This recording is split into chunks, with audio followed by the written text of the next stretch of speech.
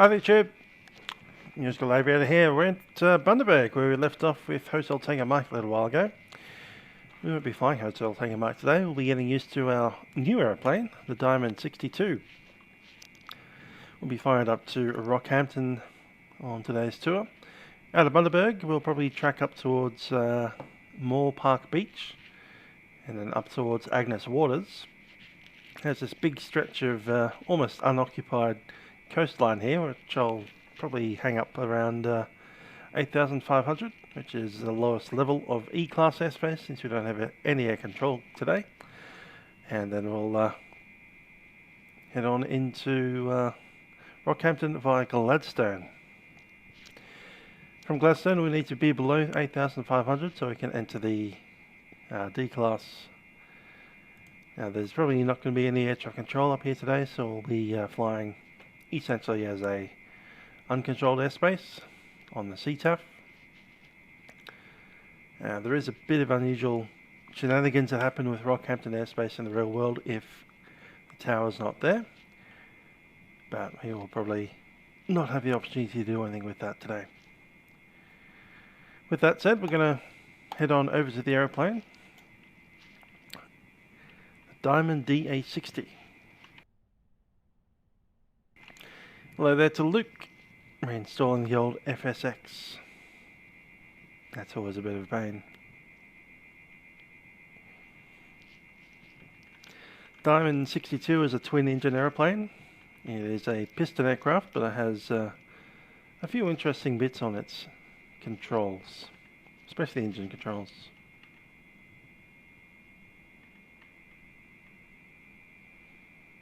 Hello there, Mohan. Nice to see you there. Very nice day in Melbourne today, and it's also the first day of daylight savings, so remember that it's 4:30 already, not 3:30. Hi there, Aussie. Hope you enjoyed Canberra yesterday as well. I certainly did. Driving the old 717 around. And Andy Chingan from Russia. Visiting aircraft tie-down area, where we're headed off to now. Hello there, Aviator 997.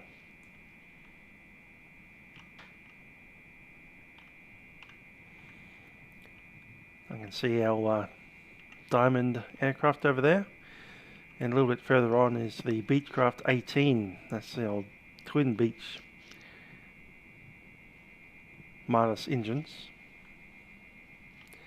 Royal Flying Doctor Service hangar over there.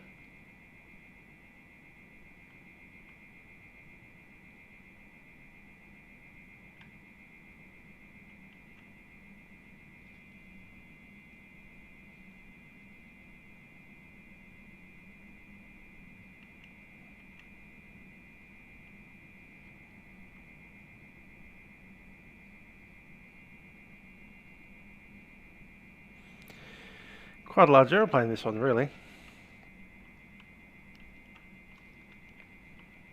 There's the step. You step up and jump into the aeroplane from here. Just do a quick walk around. There's a wingtip. Front of the wing's quite nice. Hi there, Dan. Have these little strakes that help the airflow over the top of the wing. Just a quick look down at the landing gear. Everything down there looks nice. And to walk around the airport, you have to hold down the shift button, the control button, and the E button at the same time. And have prepared version 4. In fact, if you go up here on the views, you can even, is it the views? No, it's the right click, there we go, third person. You can change the position, or you can go to first person view.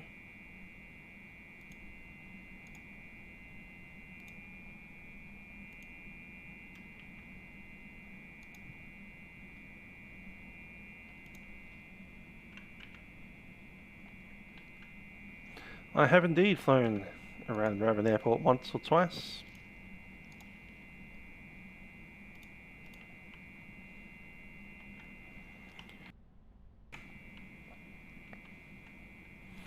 Why change the aircraft type? Because we need to do a 350-mile leg from Rockhampton to Longreach, and that'll take hours and hours upon hours in a Piper Cherokee. Hours that I don't really want to do. So I'm going to be flying a new airplane type, at least for a couple of legs. And we'll get back into something a bit slower later on. Probably out of Hamilton Island, we'll probably convert over to the, maybe a Cessna 182, I'm thinking. Something like that. Maybe even the Comanche. I don't know. I've got a few SOA aircraft that I want to fly. Don't want to stick to the same one the whole trip. Bit of variety in life. Alright, walk around is pretty well done. We'll jump on in.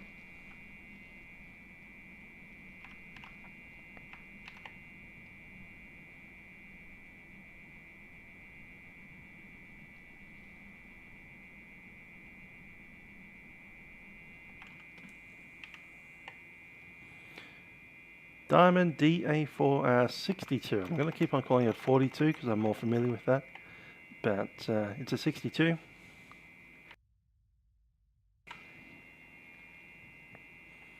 This is a Vertx Diamond. A little bit different to the Coronado version. I think there's one in X-Plane as well.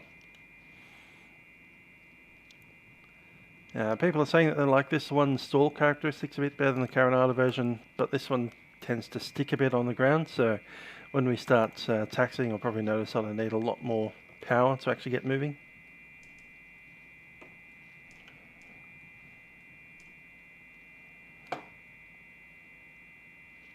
Let's open up the other side.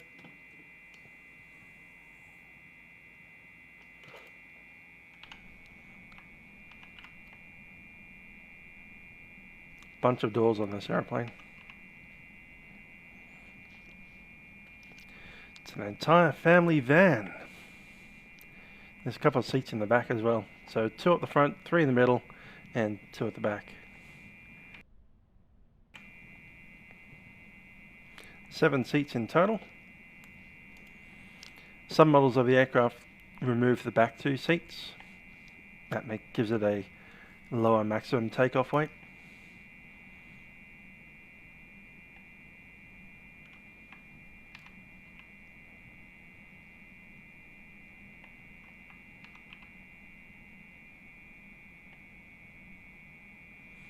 Plenty of space for bags in the front there, also in the back if you wanted to chuck them in the seats. No problems doing that. There's, I think, only one aeroplane of this type in Australia at the moment, just a single DA62. There's quite a few 42s floating around in Australia, but that's only one of the 62s in the whole country. Let's jump back in. Alrighty, so I've looked at our flight plan. I've gone ahead and filed it. We're logged in on vatsim.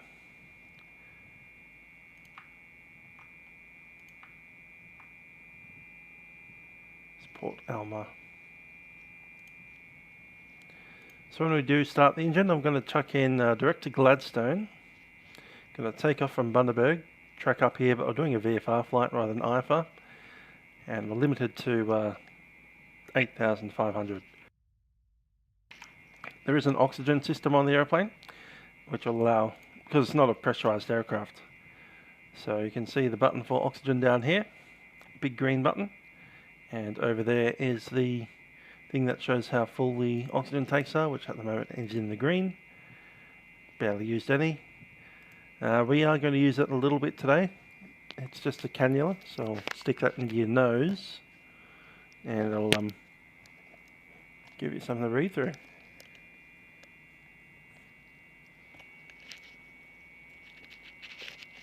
I'm sure that feels amazing. Yeah. Just take it off for the moment. Don't really need it yet. Fly in Russia? Sure, why not? Done it once or twice. When's the next big event? I need to download some of the Russia scenery. Alright, we don't want to start an engine with that open. However, we can probably start up the system here, get ourselves some stuff in the navigation computer, and we'll start an engine. Master switch is on.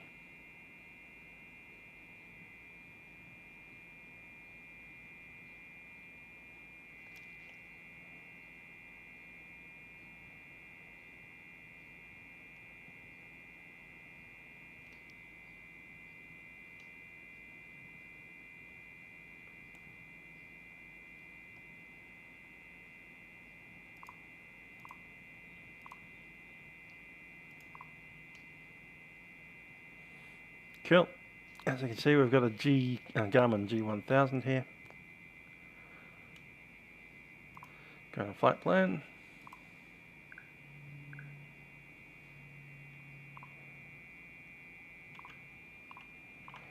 Bundaberg.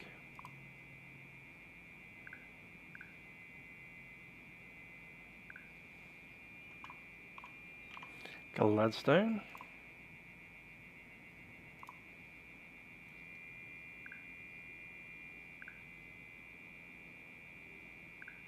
I think we'll just do direct YBRK.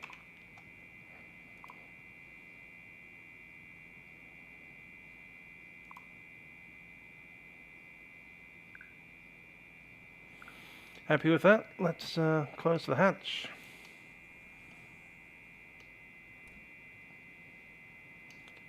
Turn on the fuel control. Now these aeroplanes are really a cinch to start. I've turned on the fuel control up to the maximum. We'll lock it out so we can't turn the engines off accidentally. And we'll start an engine. Right side. Done. An engine is now running.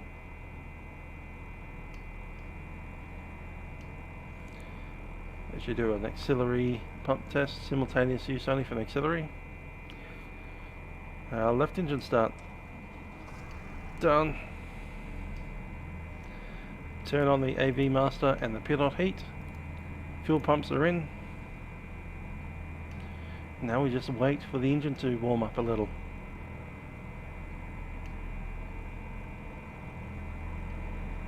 Can do a test on the auxiliaries.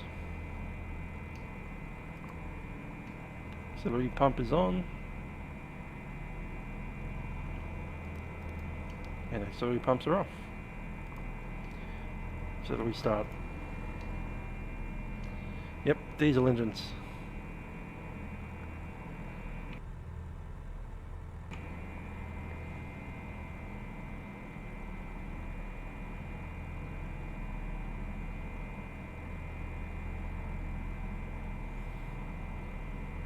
Let's grab the transponder, turn that to alt.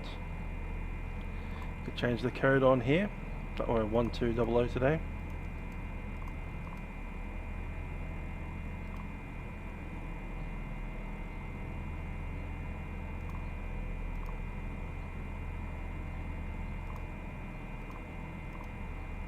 Using GPS.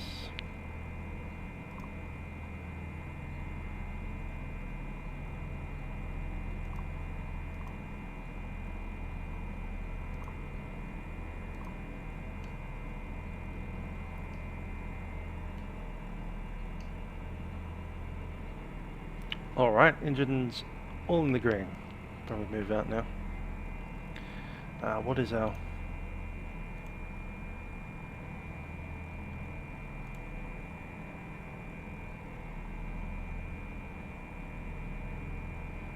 CTAF 126.9.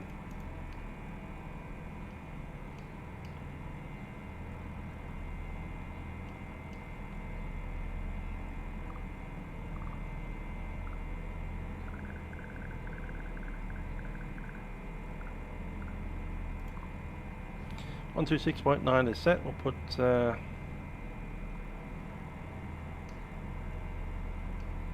it should be fine.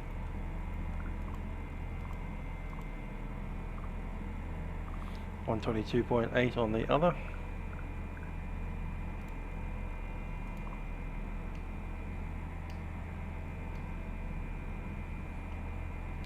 do want to monitor both.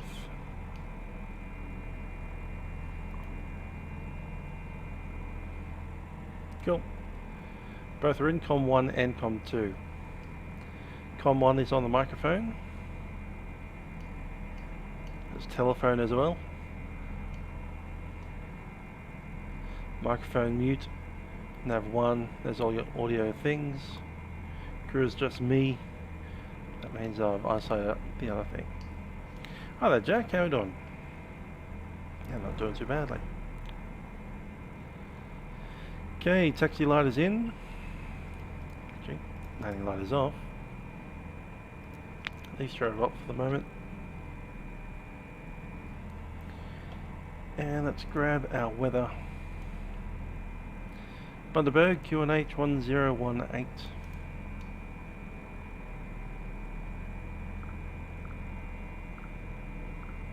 Set. The other thing I'm going to chuck in is a flight director.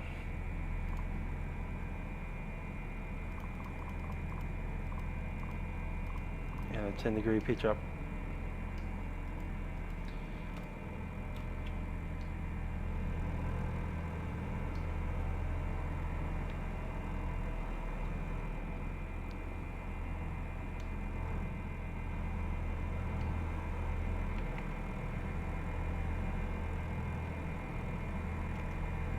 Okay, the other ones are working well.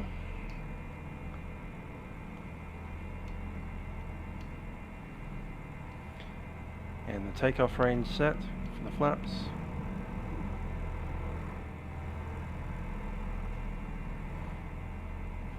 Okay, if we're all ready, I'm going to start moving out to the runway. Looking at the weather, 100 at 5 knots.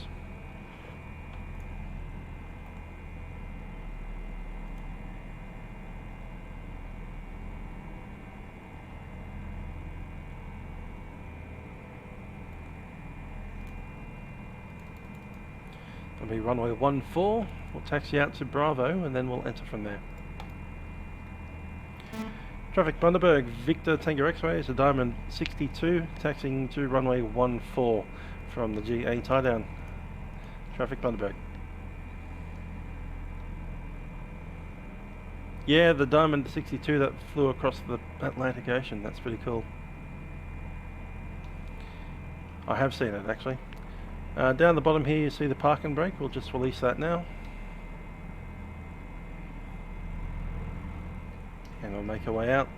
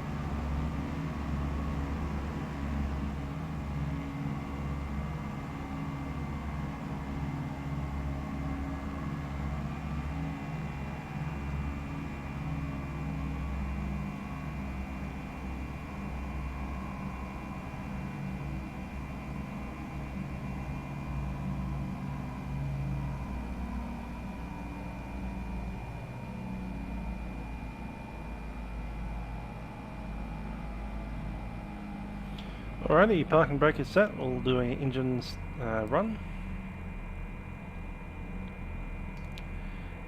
So let's look. I think we'll do the right engine first.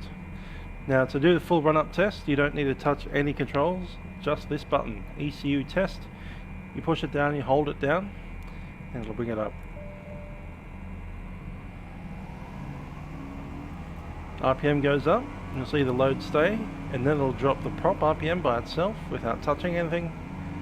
Roll it back up to maximum, roll it back down again, and then you're done. And I'll do it same with the left engine.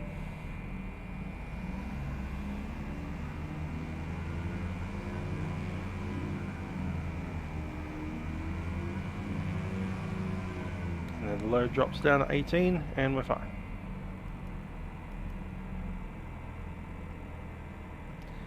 Let's do the gear warning test. There it is.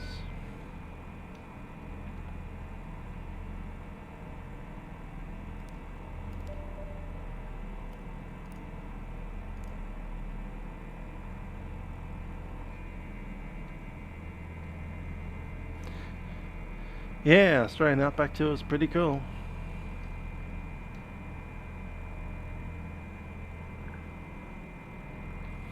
Alright, we're going to hand fly this aeroplane up most of the way. We will need to use the autopilot a little bit just to get used to it, and we'll go up to about 8,500 maximum altitude today. We are going to test the oxygen system, making sure that works, and then we'll spend a couple of days in Rockhampton. Alright, flaps are set for takeoff. Fuel pumps are on. ECU test is completed. Fire test is completed. I have altimeter 1017. The V speeds are set. We have a rotation speed of 80 knots and a V climb speed of 89. There's a radio altimeter. This has got more bangs and whistles than some airliners have. Landing lights are on, strobes are on. Fuel control system is covered. Seatbelts are set. Making sure that the door is... Yep, doors are locked. Lights are all on and we're ready to move out. Traffic Bundaberg, Victor Tango X-Rays, Diamond 62, entering runway 14 to backtrack. Traffic Bundaberg.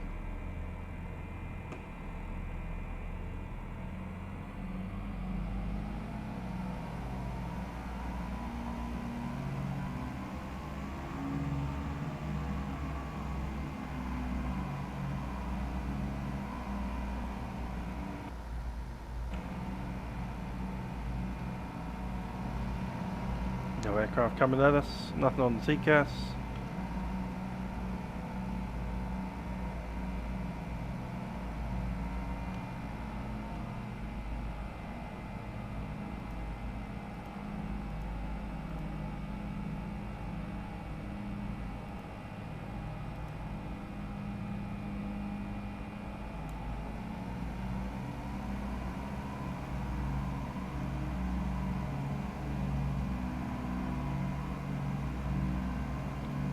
One thing I'm missing on this aeroplane is the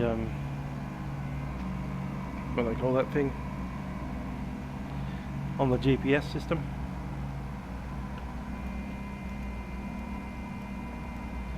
The beep from comms is just if you're not on a frequency.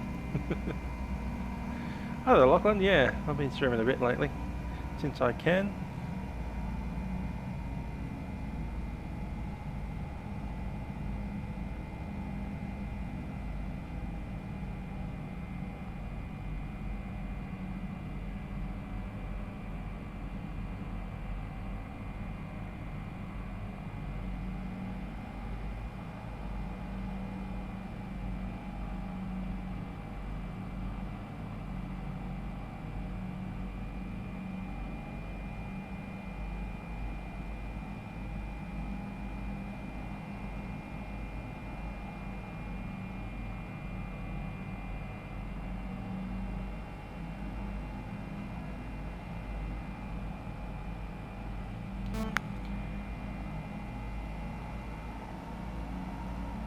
Traffic Bundaberg, Victor Tango X-Ray is departing runway 14 on left hand downward departure.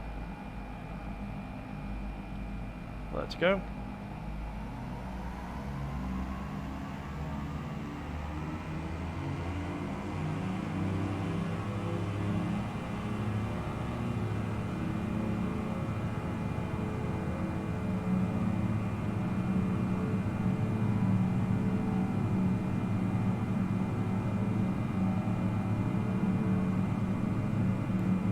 V1, rotate.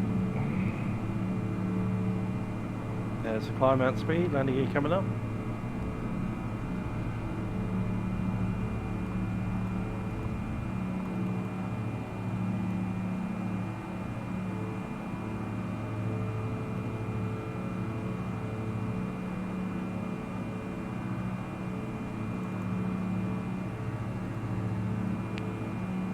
Yep, those turbos are very nice and tasty. There's 500 feet, flaps coming up.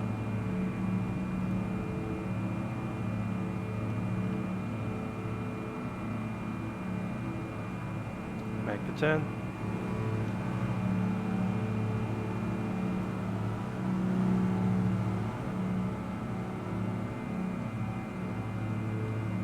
This plane has a center stick, not a side stick. But yeah, it's a joystick. There it is right there.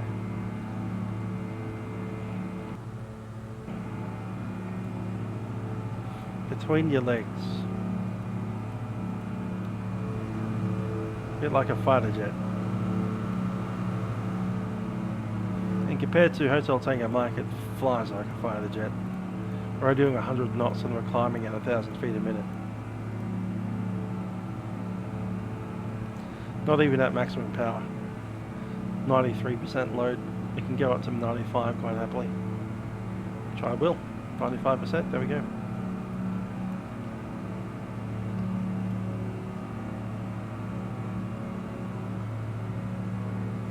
(2,000 feet). Track Bundaberg, Victor Tango X-ray, 2,000 feet on climb to 8,500, turning downwind for departing the field. Track Bundaberg.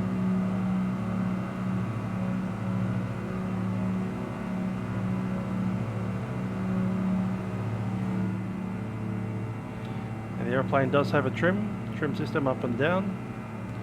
It's also got a bump trim, which is autopilot term, so you press down a button with the autopilot engaged, and if you push forward on the stick from there, the autopilot will reduce the climb rate or begin a descent. You don't have to worry about mixture or anything, that's automatically sorted out for you by the FADEC. That's right, this airplane has a full authority digital engine control, FADEC. So if you want power, you just push your throttles forward. If you want less power, pull your throttles back. It's that simple. It's like a jet. It automatically adjusts propeller pitch and mixture as well.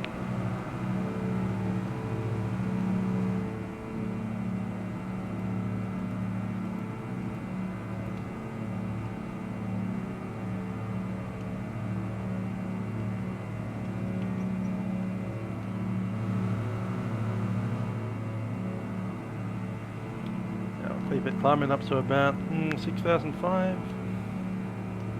Don't want to go 9,000 since that's too high for us. Altitude knobs down here. 8.5 is the maximum altitude that we can do today, otherwise we enter controlled airspace. Don't want to do that. And we're flying VFR today, essentially. So a little bit of fun. We'll do some handling, maybe a stall, maybe a spin. Some steep turns, all that kind of stuff. Might even do a simulated engine partial failure. The flight was one engine for a little while. Might even do some circuits down at the Gladstone, then we'll get and move on to our final destination.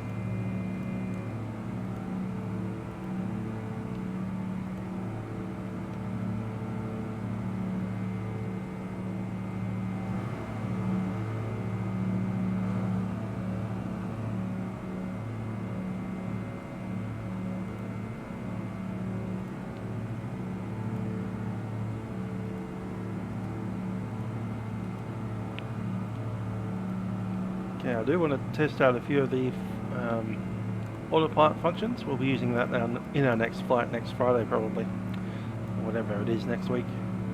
We'll need air traffic control for next week because we'll be flying at 16,000 feet for some 2 hours on autopilot on an IFR flight plan. So for now, we'll set up the autopilot to climb. That's done. And we'll pick up a heading, I think.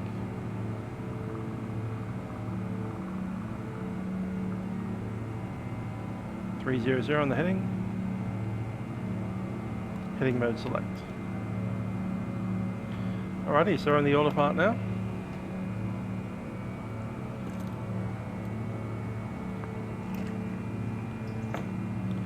Landing lights and the taxi lights are off.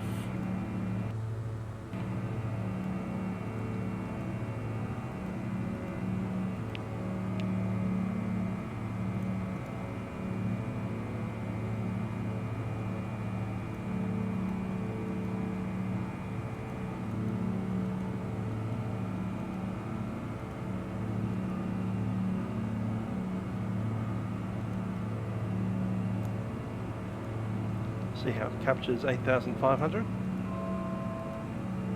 1,000 to go.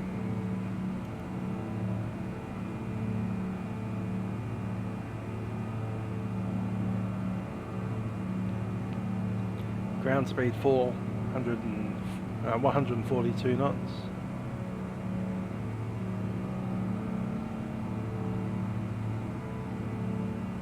Buffeting there.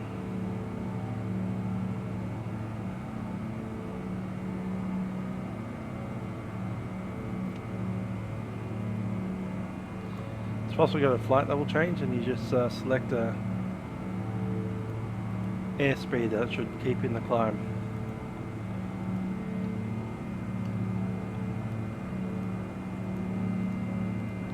It is indeed a impressive rate of climb at 8,500 already. It's going to bring back the power down to 92%. Both engines. Let it climb in speed all the way up to accelerate up to its maximum speed at about 185. 165 indicated. I do have a little bit of turbulence going on, so we'll probably stick it into the green. I'm not going to yellow range.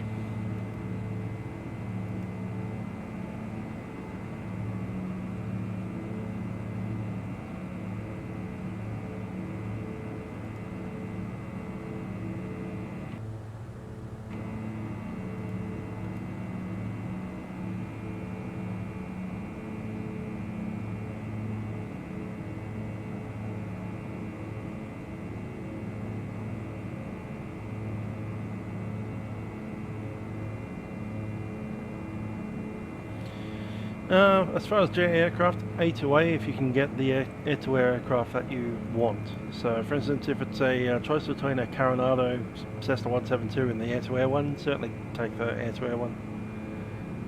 But if it's the difference between having an air-to-air aircraft and not having that kind of aircraft, what can you do?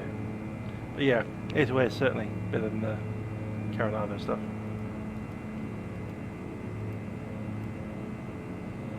That said, air-to-air only make a smaller range of aeroplanes because they don't pump them out as quick. So you've essentially just got your Cessna 172, Cessna 182, Piper Cherokee, Piper Comanche, and that Texan thing. Why they made that, I will never know.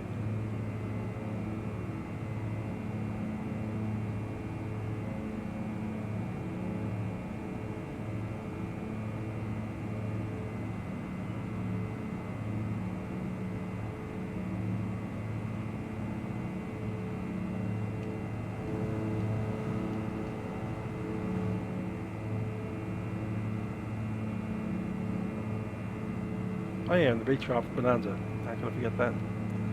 That's a wonderful aeroplane, the Beechcraft Bonanza. Alrighty, let's do some experiments with the aeroplane. It's clearly flying a track pretty well. Let's do a direct 2.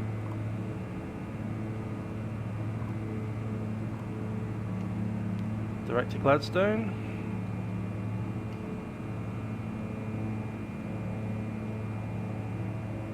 And we go into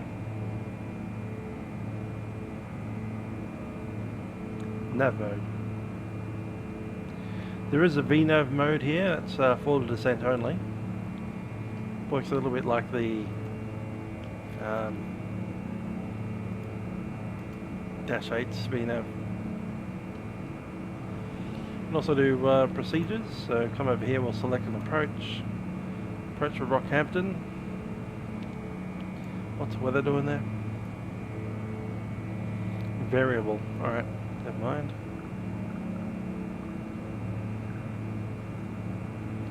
So there's the VOR DME, there's the RNAV as well. Could do that.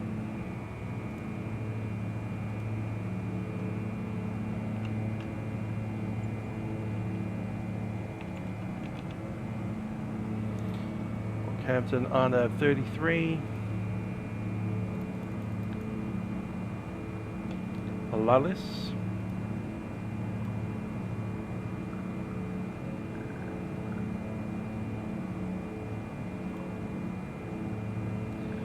Chuck radio minimums, so we'll have 632.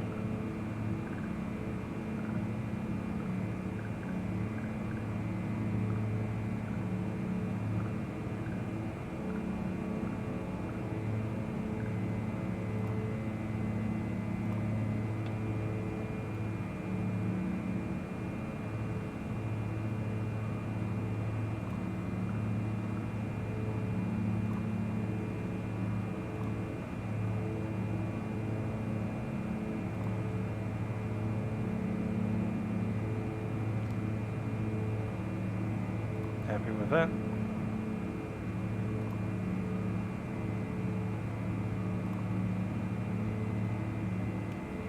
Cool.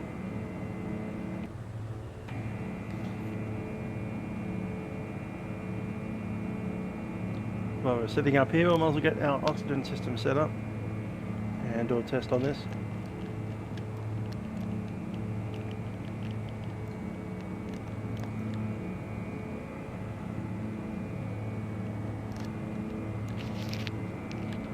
The F2 section sticks into your nose a bit.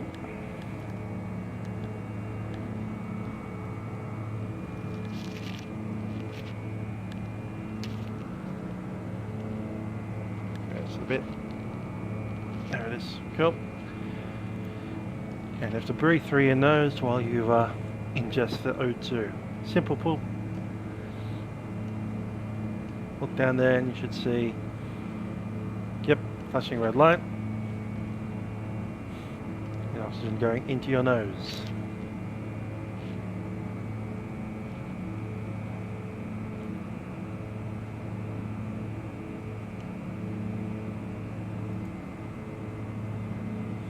You might have seen with Stefan Drury, he's got a system like this now.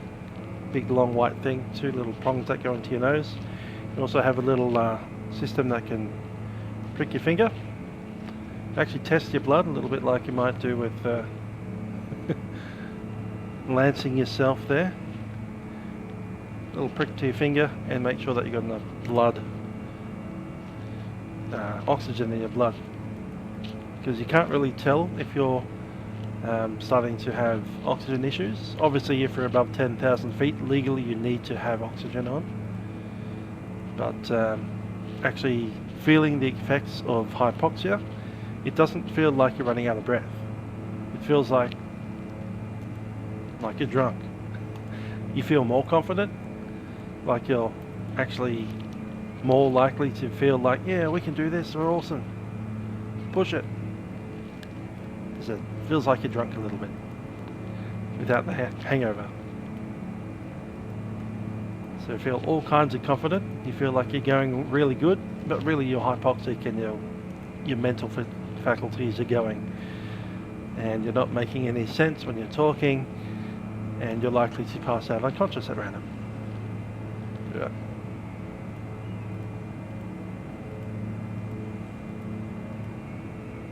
Obviously down here at 8,500 we're not likely to have issues like that, but you know, just testing the system more than us at the moment, because on the next flight we are definitely going to be using it.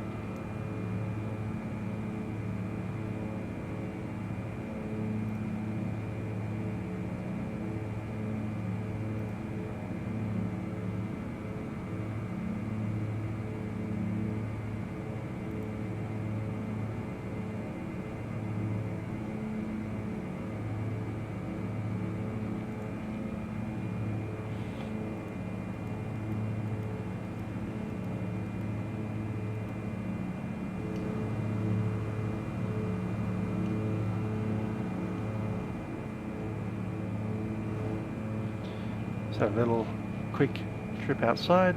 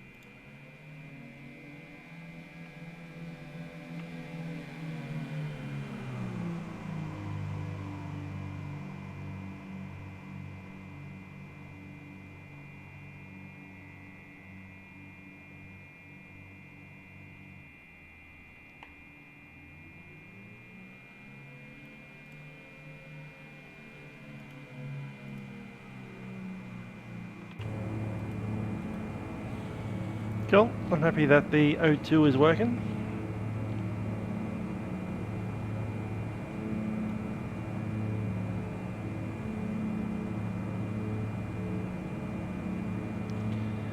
Gonna go ahead and shut it off for now. Gonna take the O2 system off, then we'll do some fun stuff with engines being pulled back to idle.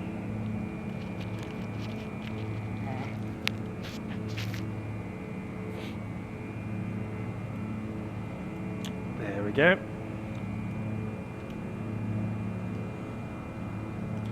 So we're sitting here at 8,500 feet on autopilot. A little bit of turbulence around. I'm just going to pull an engine down to idle.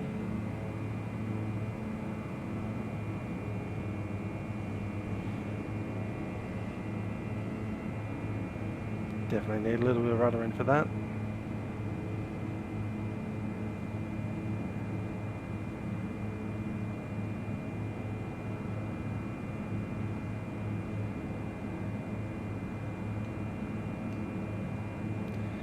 So with one engine down, we might as well pump the other engine up a little bit. 95% power is maximum.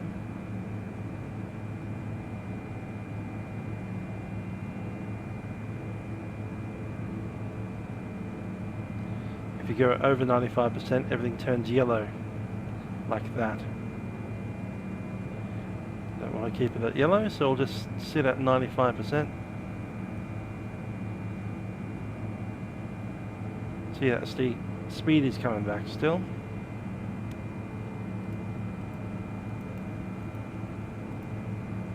At some point we hit the white. And at that point you really do want to start descending to maintain your speed. It's a single engine aeroplane, it's not going to stay. Yeah, it might be able to stay at 8,005, but it's not going to stay up at high speed for that.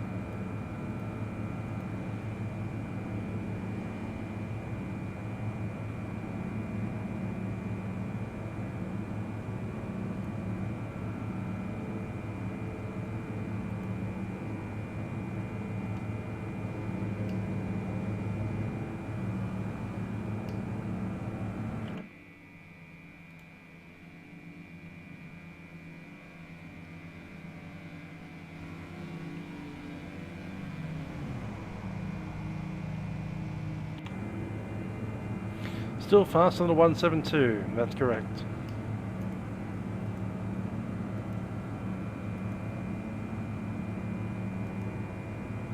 Seems to be settling down at about 125, maybe 120. Still 10 knots faster than that average 172.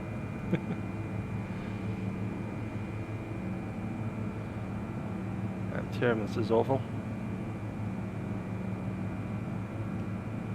One thing to remember with the autopilot, it won't prevent a stall. So if you end up slow on the speed, it will stall the aeroplane.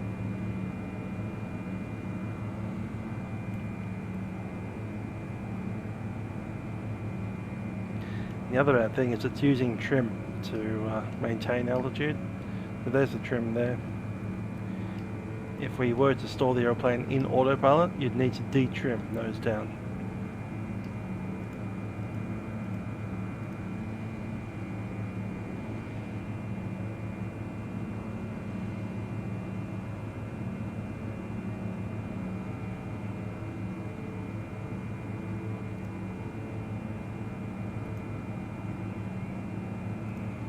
Alright, I'm pretty happy that'll stay at about 120 knots with one engine.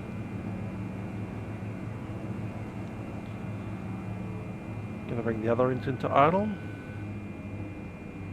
Just above idle. If you go full idle, it'll give you the caution warning that the gear is up. So it says check gear, check gear. And a really annoying beepy noise. Just above idle, guess it's there. Going to stall with the trim. See the trim coming back, I'm not touching it. That's the autopilot doing that. That's something to think of. When you get down to the Y, it should disconnect autopilot on its own. May not. Oh no, it's not the Y, it's the bottom one. That red line. So the autopilot will, you know, drive the aeroplane into the stall quite happily. It's probably a really bad idea to do that, so I'm just going to start adding power now.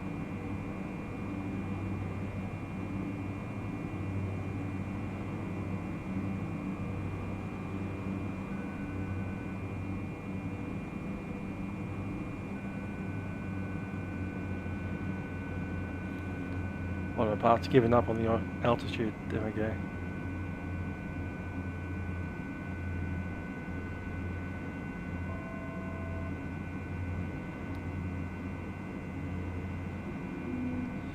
There it goes. Autopilot's decided that it's had enough.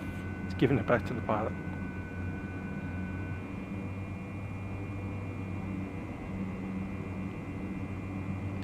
Going to descend now.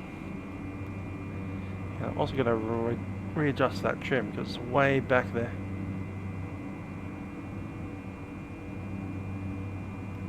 Trim back to neutral. Got to keep that descent going down to about 7,000, maybe 7,005. A couple of stalls.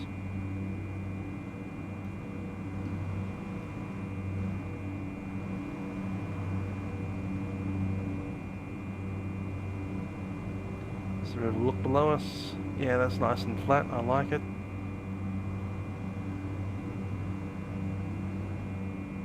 Do a clearing turn at 7,005. Yeah, I'm going to maintain about 100 knots. Flight director can be removed, since we're going to be using that for a little while. Hi there, Polly Walnuts, how are you doing?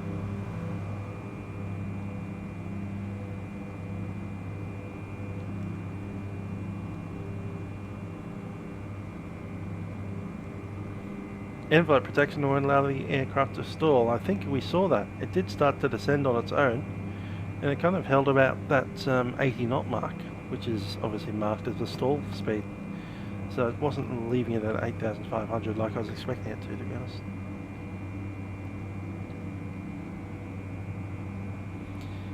Anyhow, that's clearing turn has been completed. Turn back northbound.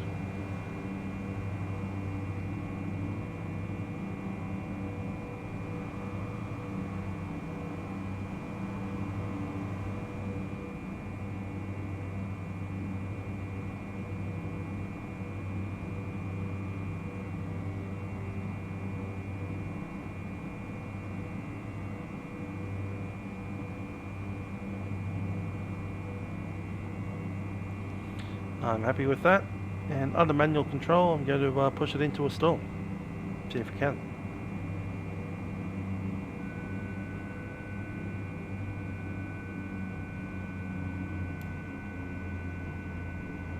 Pulling back out, there it goes.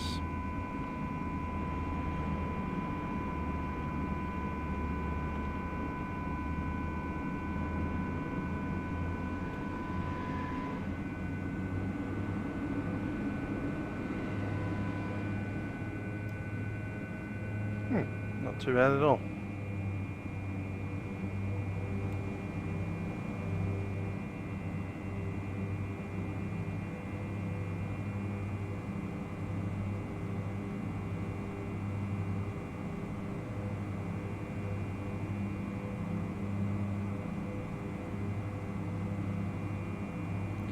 Do run with a bit of power on this time. Get it back to 80 knots.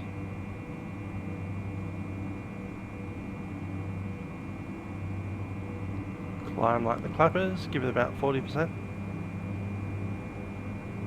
There's the red line.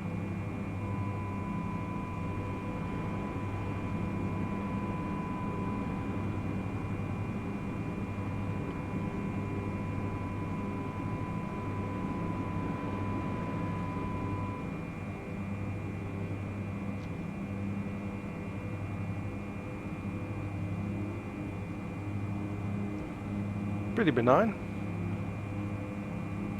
Not too bad actually.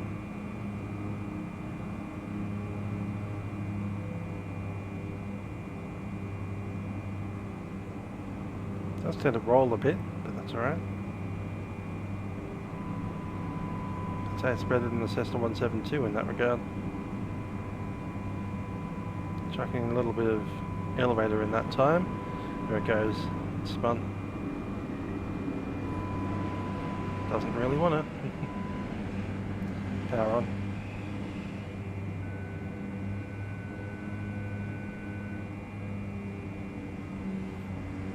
Yeah, so if you kick in some rudder and spin it, then it's a little bit bitier.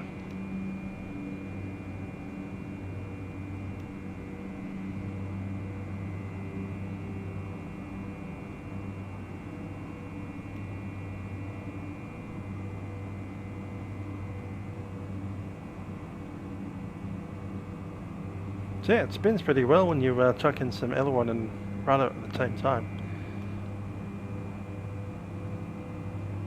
And if you leave your wings level, it just kind of sits. Haven't deep stalled it, but we won't because it's a T-tail and they're pretty bad. Alright, some steep turns.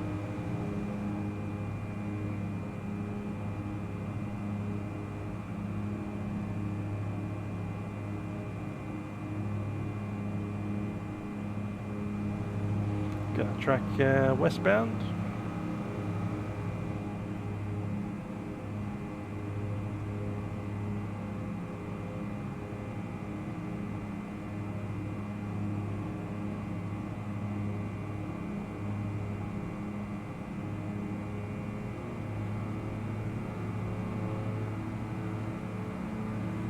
Bit more go juice.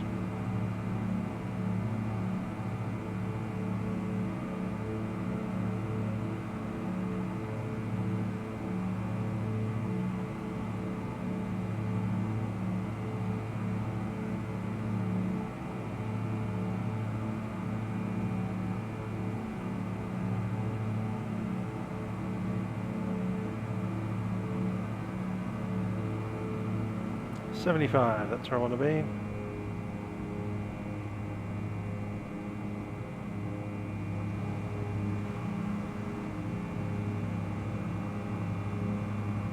Nobody down there.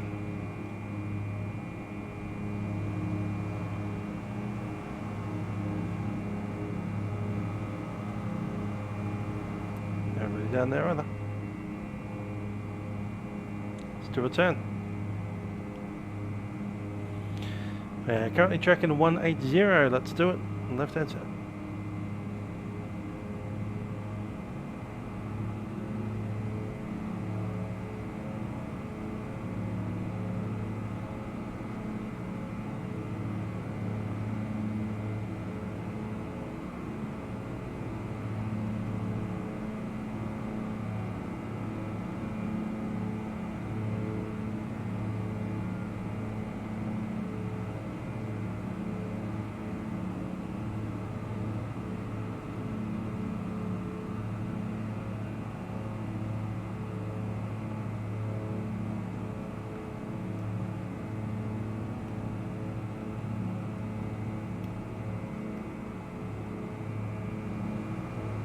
And wind it the other way.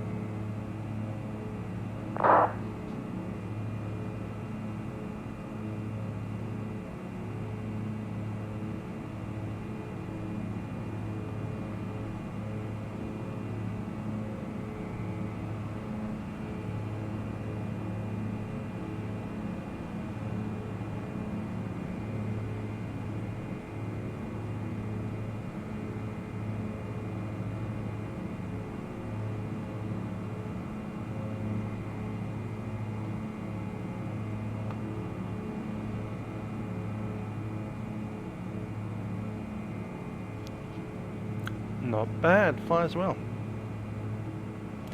Cool. Let's go down to Gladstone. Get some touch and go movement going. Gladstone is 118.8.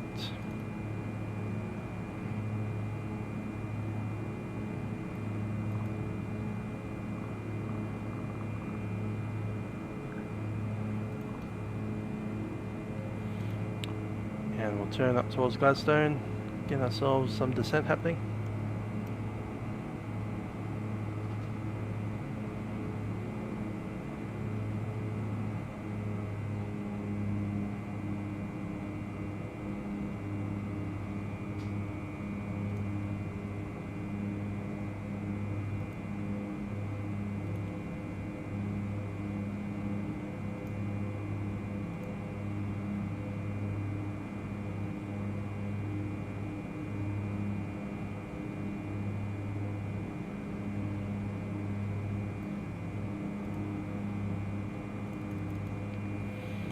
Runway 1028.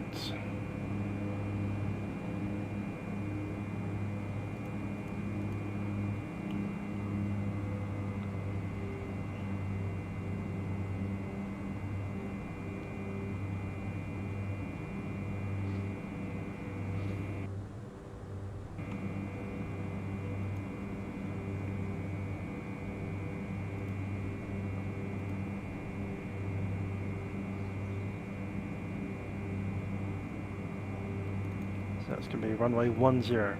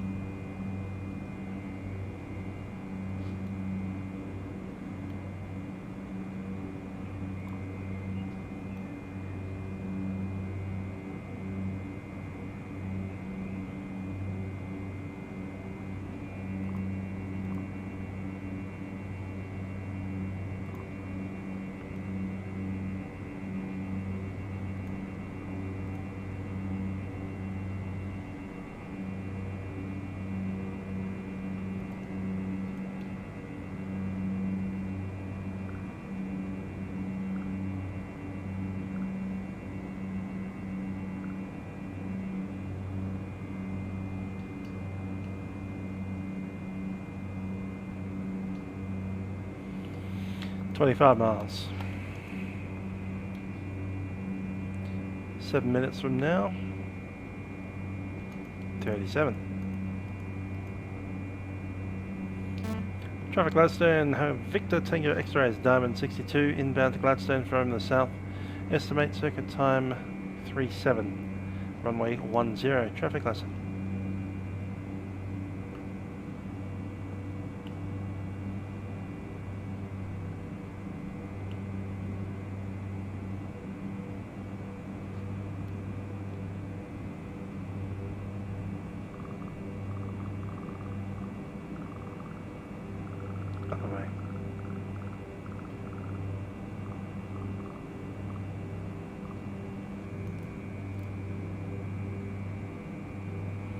Hi there, Nick.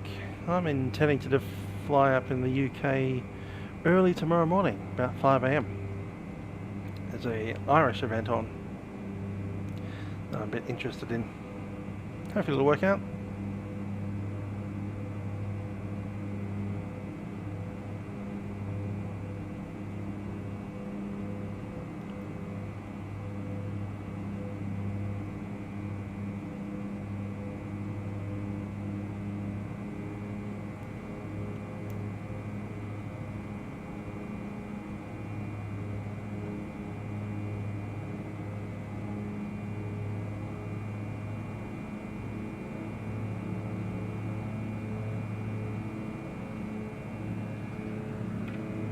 Six minutes out.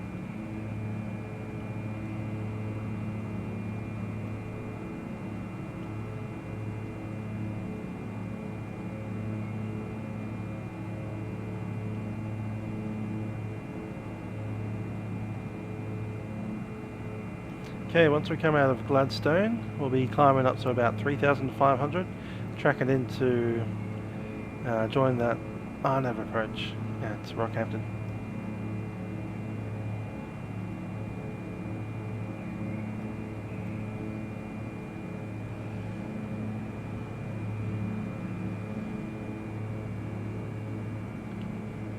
I don't have work tomorrow. I'm taking a day off.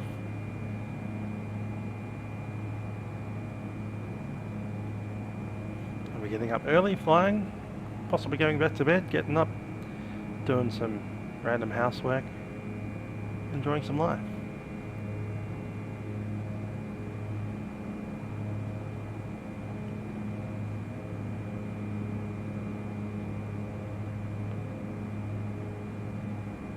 Is that the pink lake at Gladstone?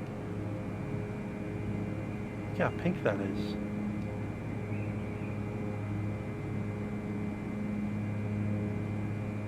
Interesting.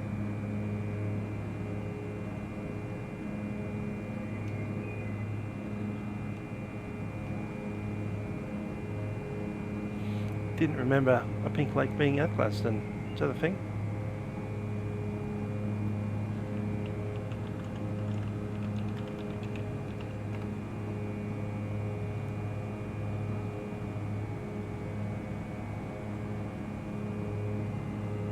Port Gregory, Pink Lake, there we are.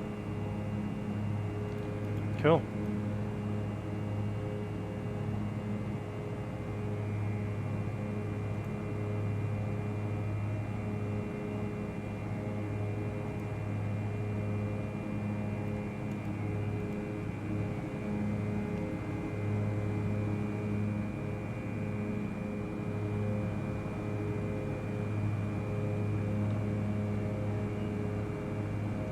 Yeah, next week. Next week that packs down. Hence no milk run Monday that week. But yeah, tomorrow there's a milk run. Same as always.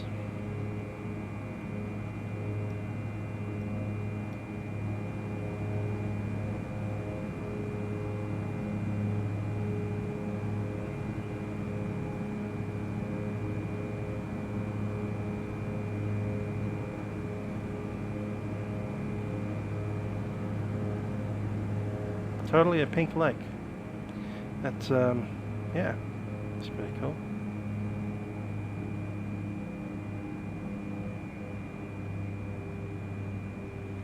Gonna want to descend now. Almost idle power. Traffic Gladstone, Victor Tango X-ray 10 miles south of the field. Estimate time 37, joining downwind runway 10. Traffic Gladstone.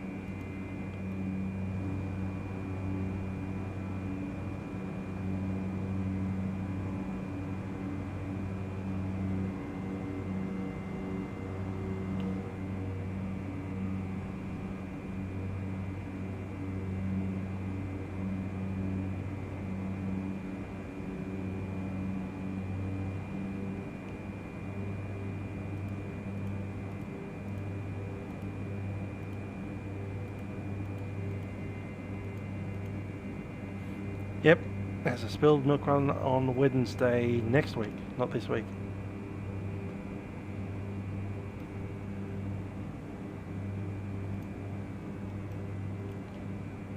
It'd be nice to have a spilled milk run right now, so we could go into Rockhampton with some air traffic control. Oh well.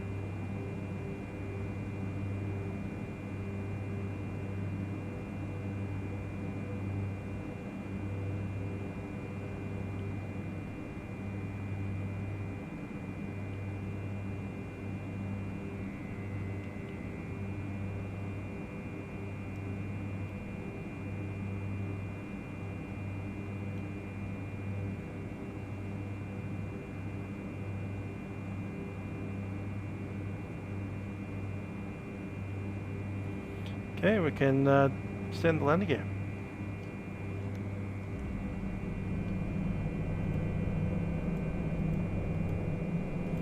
Landing gear down through green.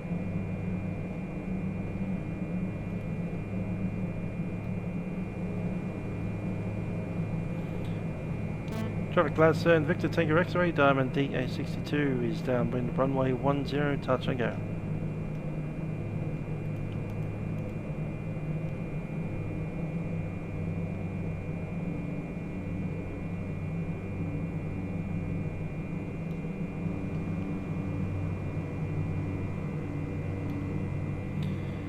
Okay, brakes are released, undercarriage is down. There is no mixture.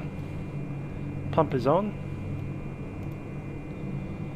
Fuel, seats and harnesses secure.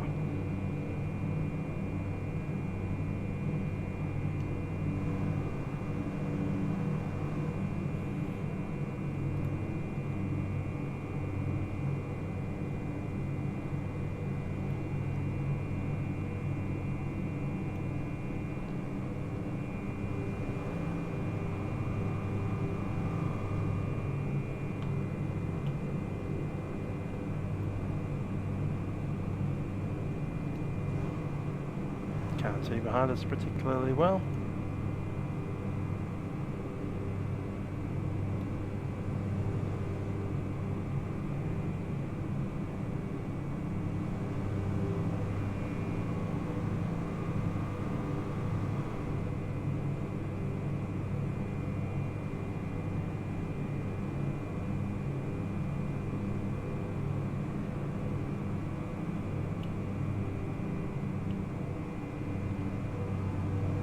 Good, flaps.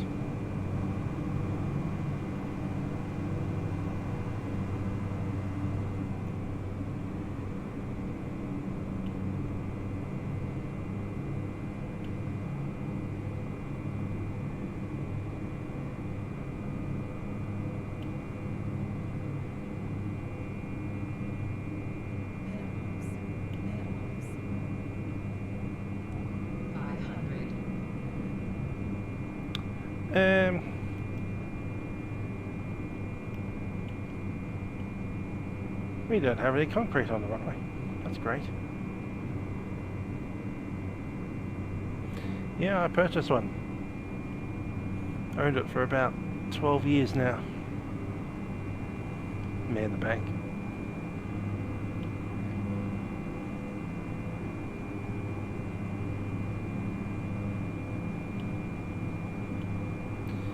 Scenery error. I'm going to go around.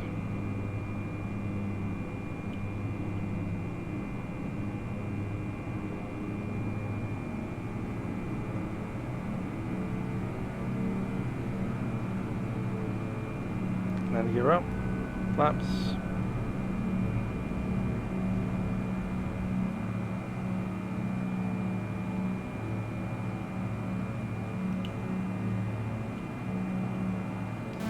Traffic Glasser and Victor Tango X-ray going around runway 10.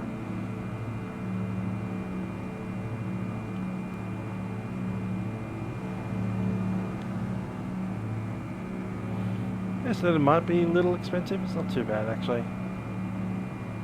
I purchased for about slightly less than 200,000.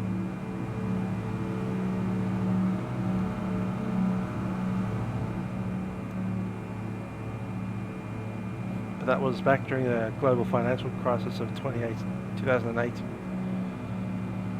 So I kind of got, I'm not sure if I got it cheaper than I expected, but you know, right in the sweet spot.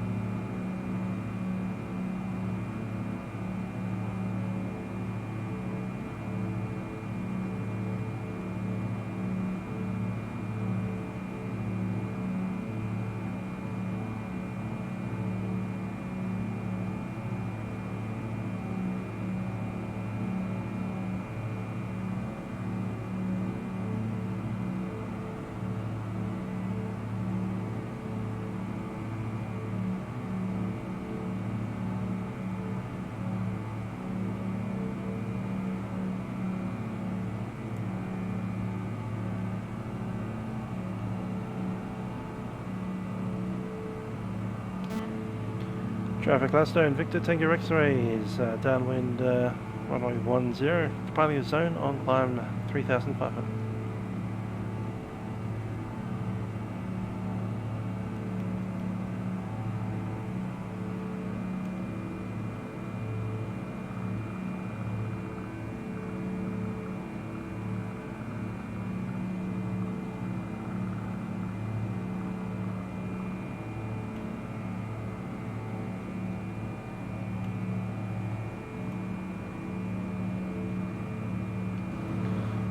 Part is in. Gonna go to heading mode, nav mode,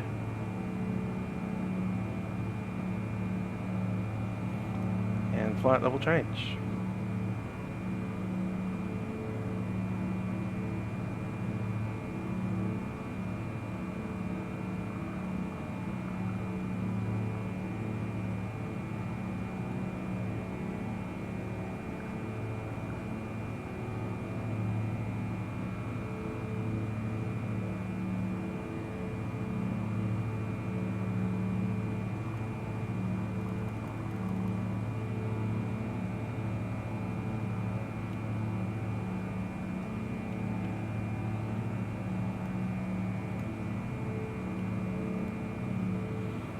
Rockhampton 2016.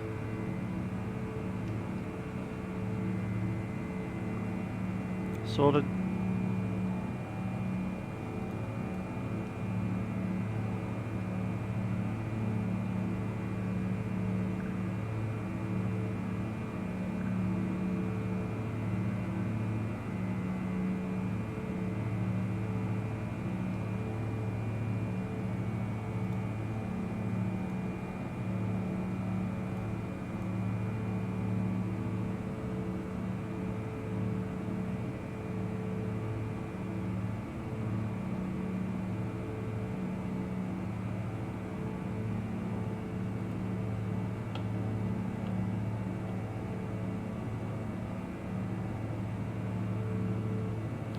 .45 miles out.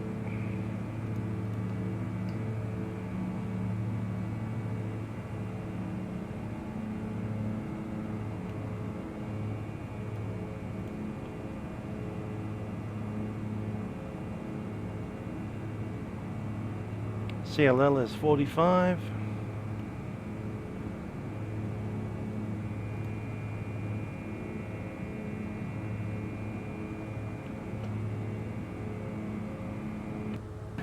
Is 25. Start on down.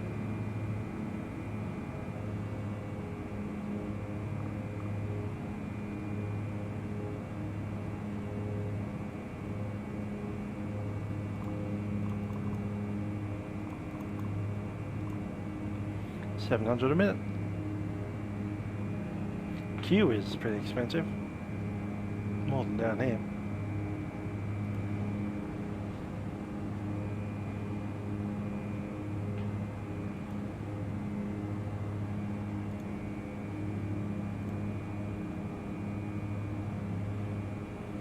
Okay, 3,000 feet is our MSA.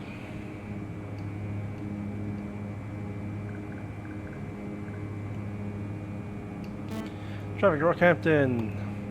Victor X, Victor X Tango is descending 3,000 feet to join the RNAV approach, runway 33.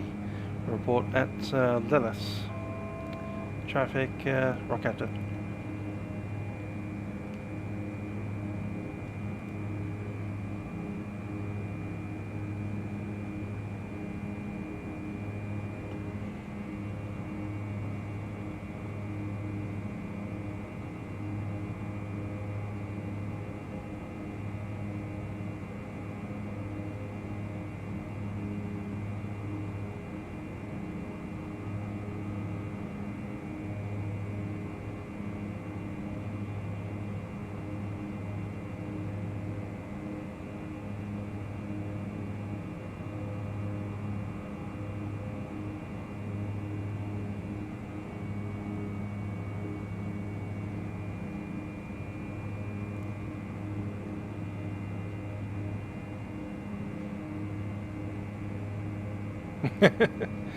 Yeah. Gladstone without a runway. How about that?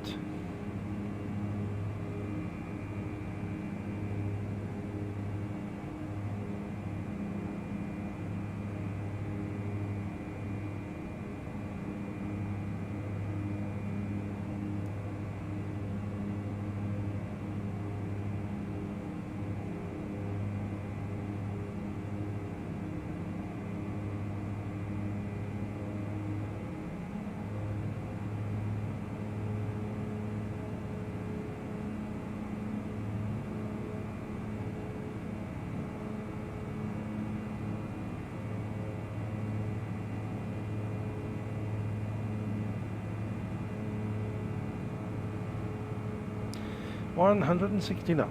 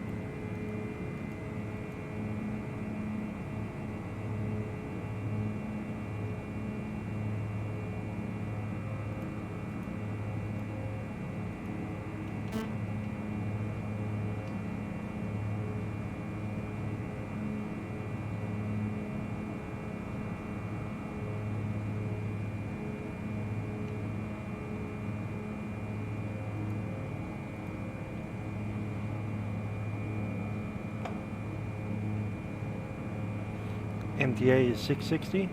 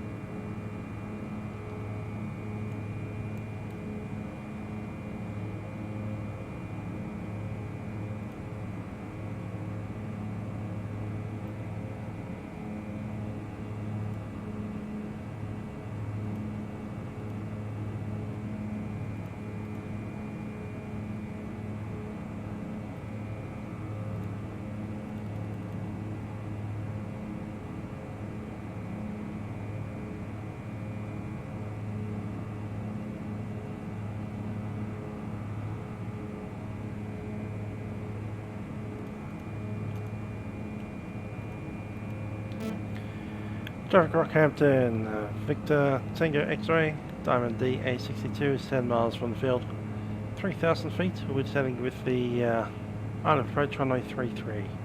Traffic Rockhampton. And Traffic Rockhampton estimating circuit time 05. That's again 55.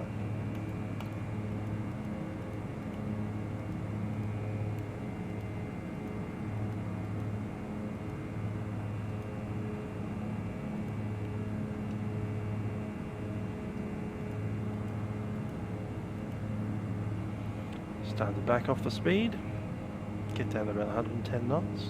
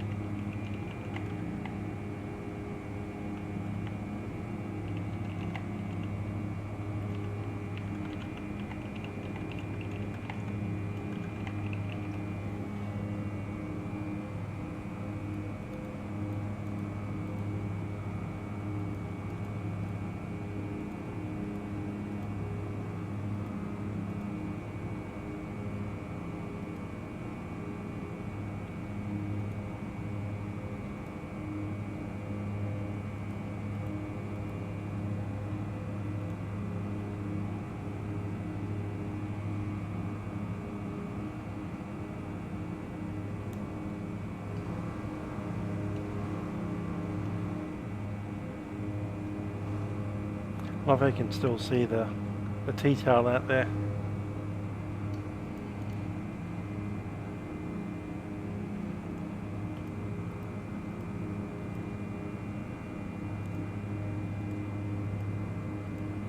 Down at Malakuta, eh? It's not a sample of that one.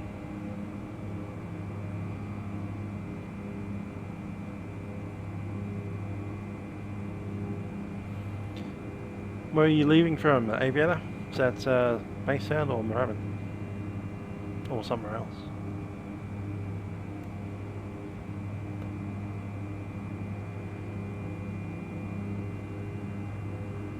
Yep. Can't wait for the new codec. What's that, 8 days away? Maybe 7? Depending how you're counting. 7.5. Another thing, we have across the pond slots opening up in about 12 hours. So if you're up in about, let's say, 11 hours even. 11 hours from now, across the pond slots open. Be there. 6 AM departure from Moorabbin. Cool.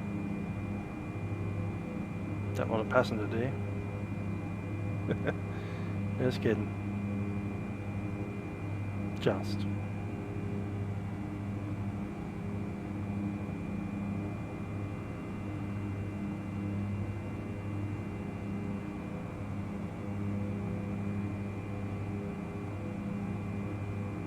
Actually, I have tomorrow off, so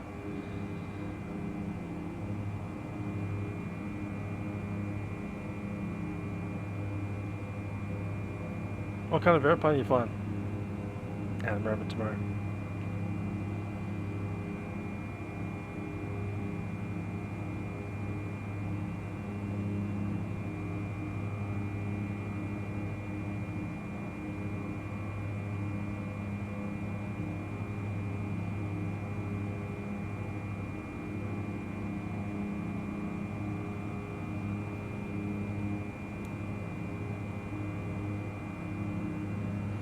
$172. That's Malakuta. Sounds like some fun.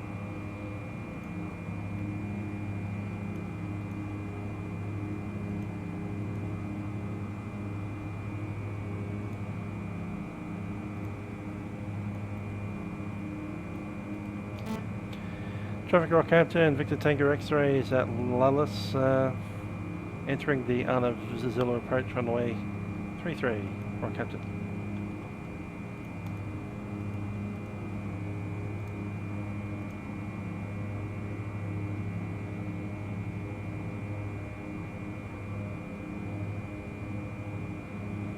Okay, at the SI we should be descending down to 700.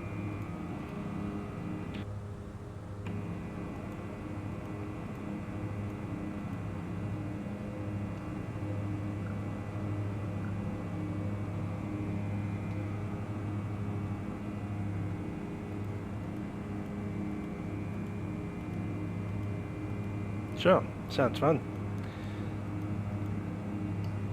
Yeah, I've got nothing else to do tomorrow. Random trip to Malakuta. I'll do it.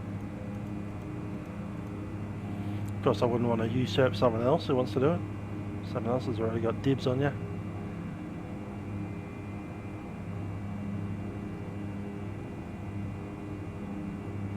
Is that a return? Do I have to find that Uber to get home? I could probably do that. Find my way home from Malakuta. Maybe a bit of a ball though, I'd have to get to the train. It's a massive trip. I think there is a bus.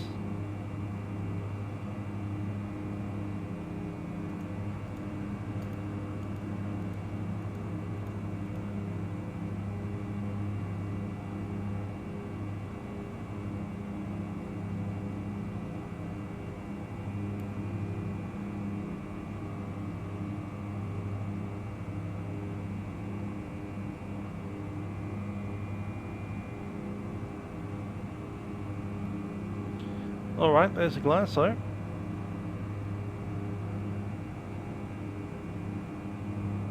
APR, approach mode is set.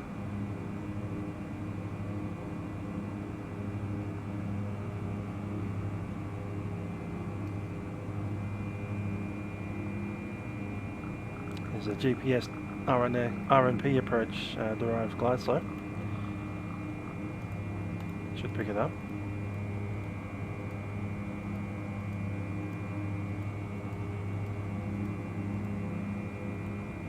Glide path, intercept.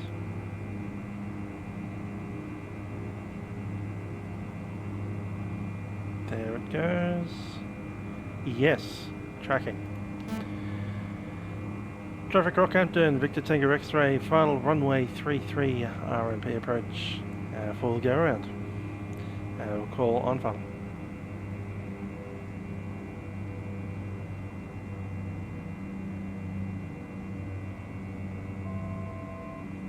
Aviator 997, I assume you've got my is it Facebook? Just in case. Let it get down.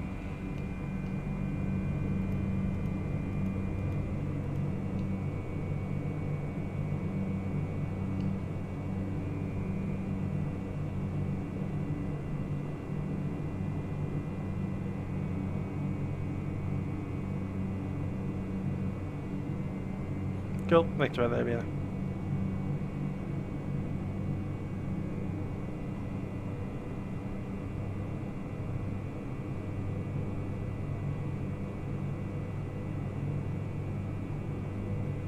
There we go, 100 knots coming up.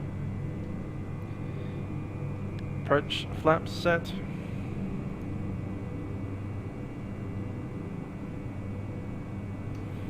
And we can take it full flap set. Checklist, brakes are off, gear is down, mixture not required, pumps are on, seats and harnesses are secure.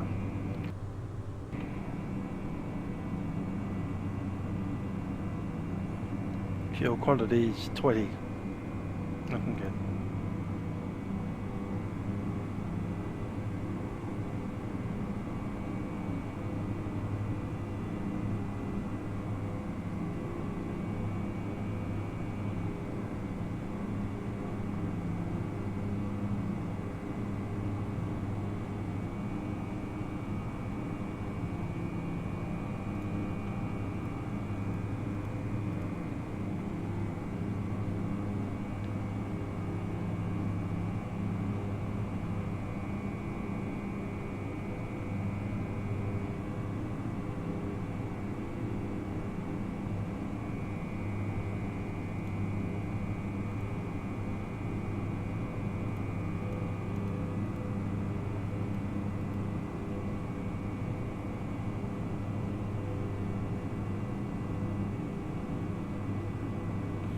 No hands because the autopilot's flying the approach for us.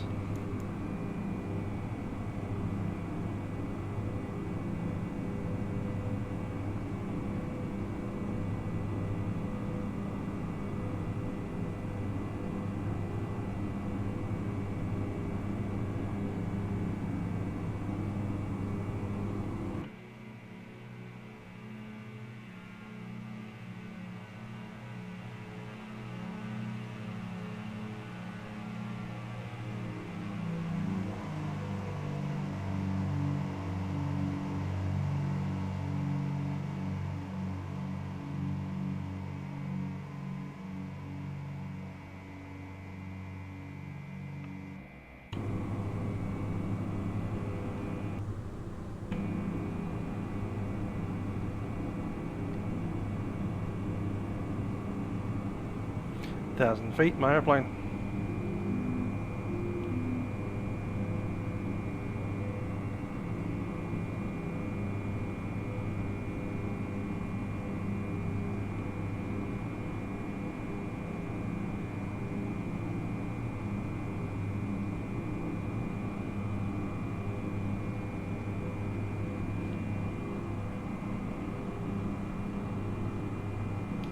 Traffic Rockhampton, Victor Tango X-ray, final runway 33, touch and go.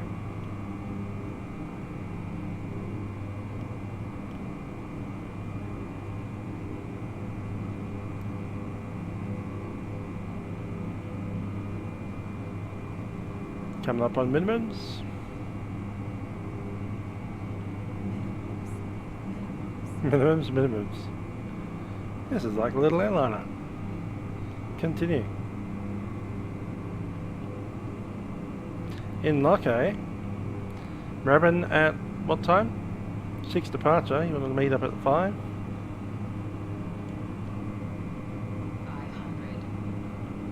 I'm going to go and plug in my camera.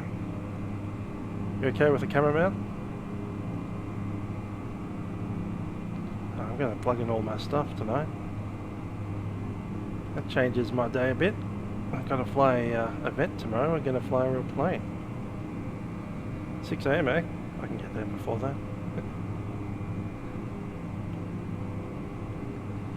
Good stuff.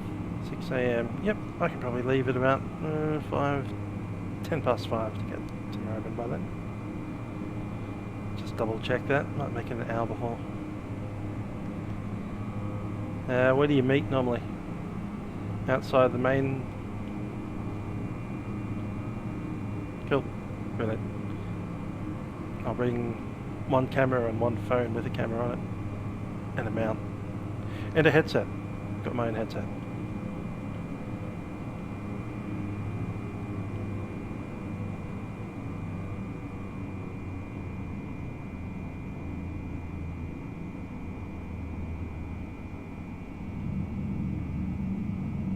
Smooth landing at -46. Flaps coming up.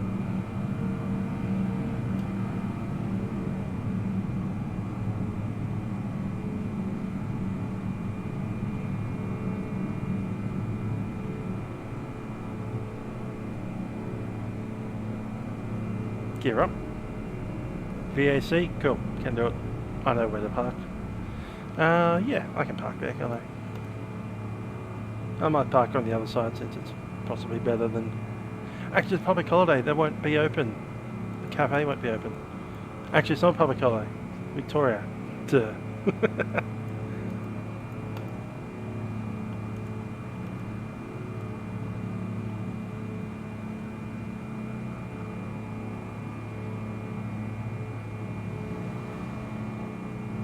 But yeah, that's cool. Been a while since I've been up in a real plane. You doing the return trip with me, or do you have to drop me off? There's one time, oh yeah, that's because Arjun was coming down from Sydney, so I couldn't actually get up to him. He was like, yeah, come out to Griffith, and if you find your way to Griffith, then I'll take you back to Sydney.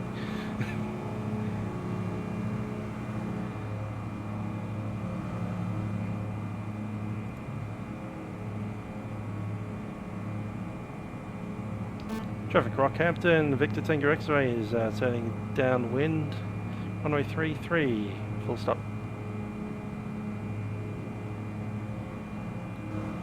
Actually, we'll do a touch and go again, maybe.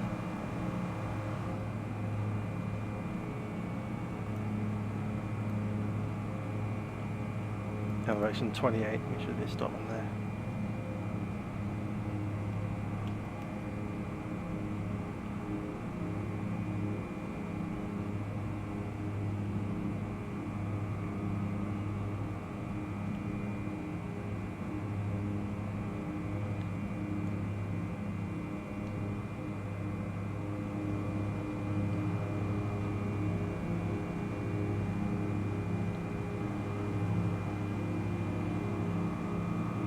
You can take me back, that's nice to know.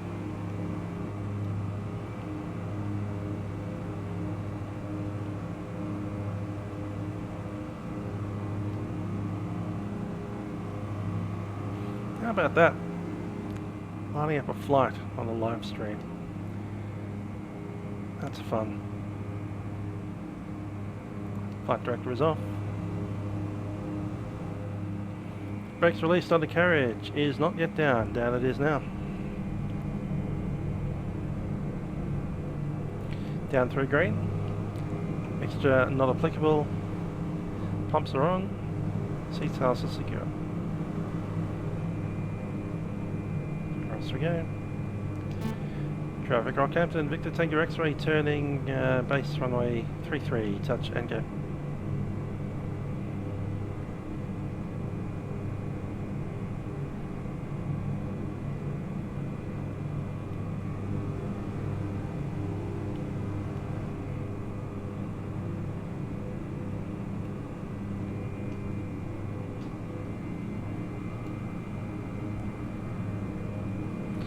Yeah. Oh well.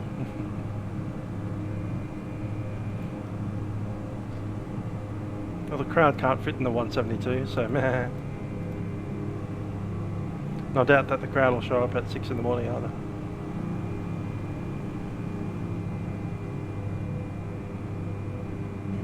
But if a crowd does want to show up, maybe take a long telephoto lens so you can take a photo of us taking off.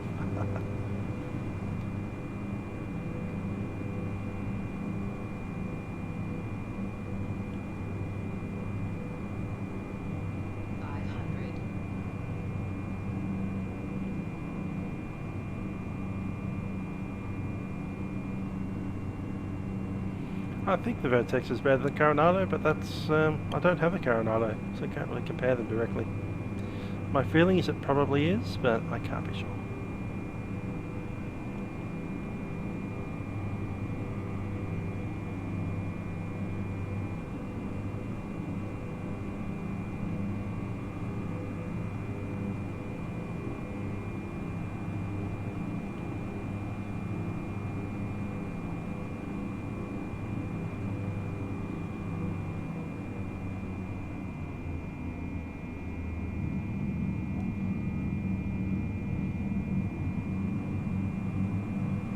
Let's do a glide approach.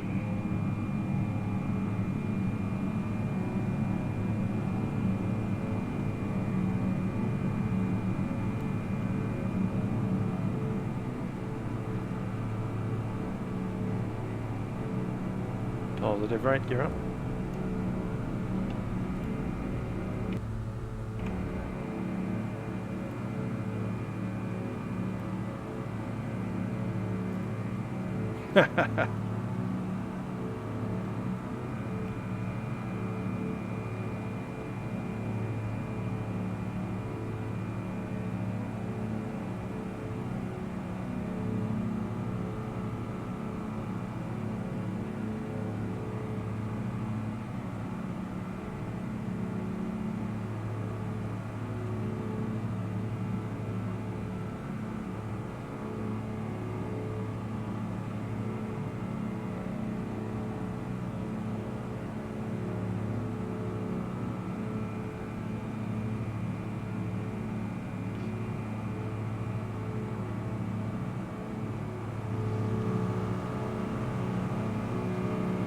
Flaps up.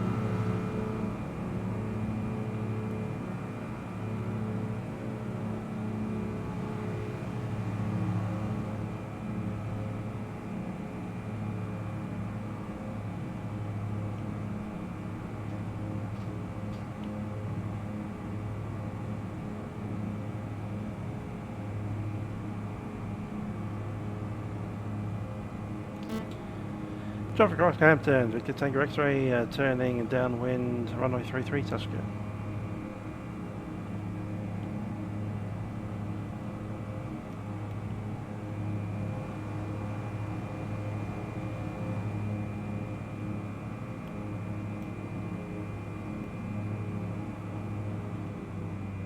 Idle power.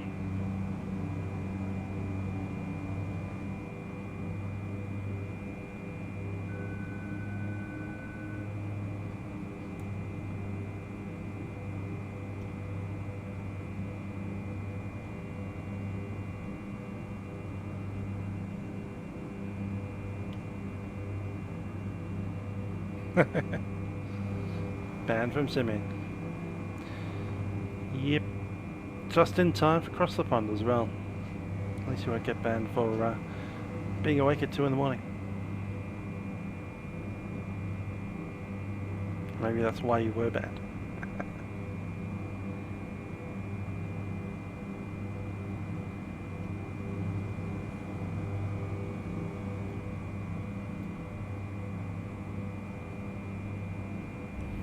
And to go down, brakes released, gear 3 green, mixture doesn't exist, pumps are set, seats house are secure.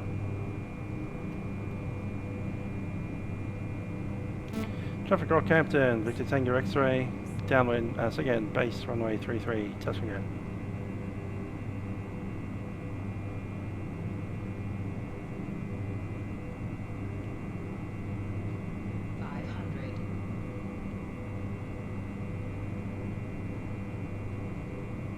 Keep it rolling.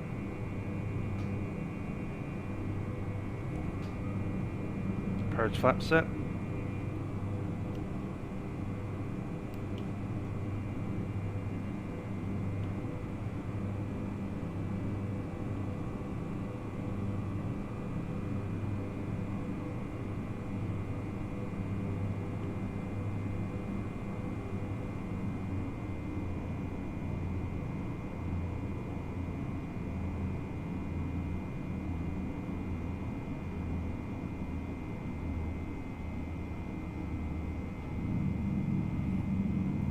Go through.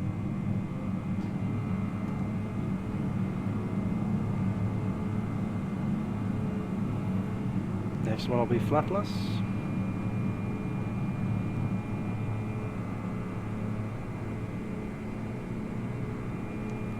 Gear up. Across the pond's easy, so is US lingo. Basically, United States air traffic control language is the same as Australian, just be really, really lazy. So instead of reading back all of your clearance, you just read back your scorecode and that's it. You don't request taxi or pushback. You do request taxi, but no pushback clearance required. And yeah, just be as lazy as you can on radio. That's the way that they do it. So you get your whole clearance, like cleared to wherever, via whatever departure, initial climb, blah, via the star or STID. Expect such and such level in 10 minutes is the thing that they say. Score code and your departure frequency. And the correct readback is just the score code by itself, nothing else.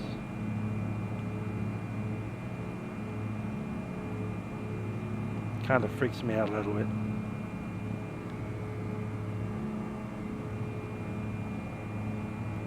So yeah, just be lazy in your readbacks and you're doing American language pretty well.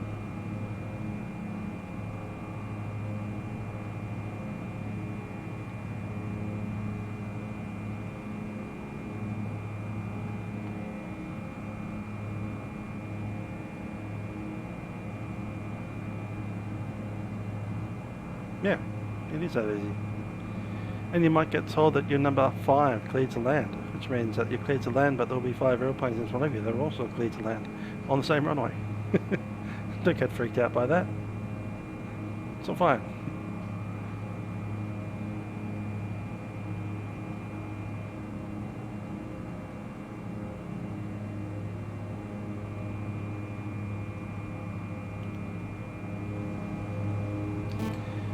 Traffic Rockhampton, Victor Tango X-ray, downwind, runway 33, touch and go.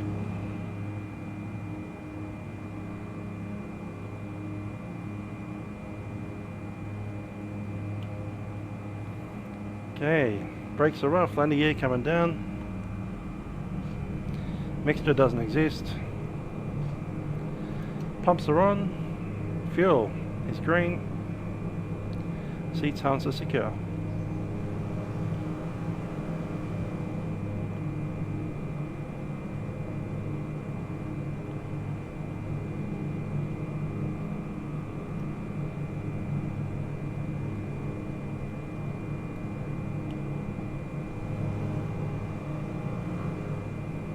There.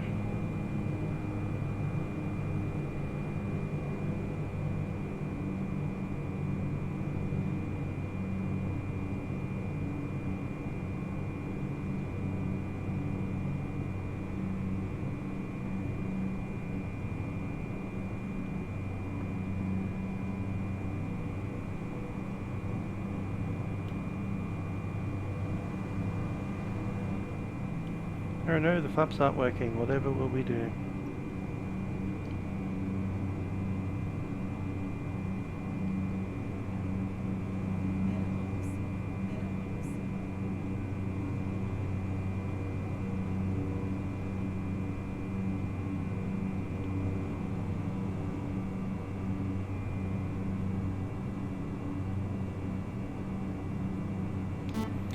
Traffic, Rockhampton, Victor Tango X-ray, turning final runway 33. 500.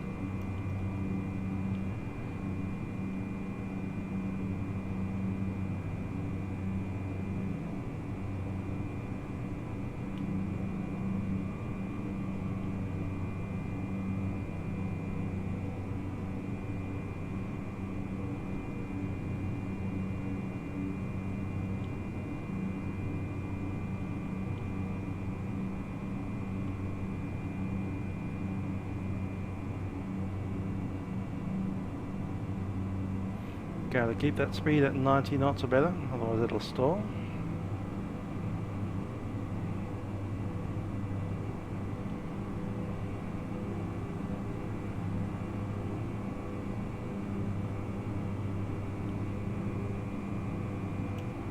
Flap is up.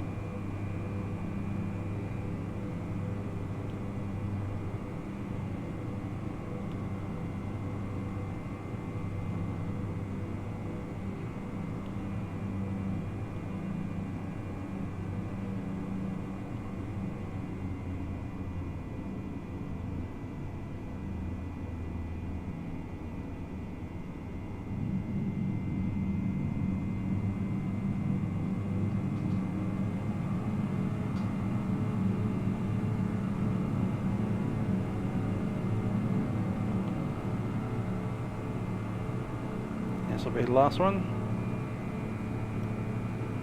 Gear coming up.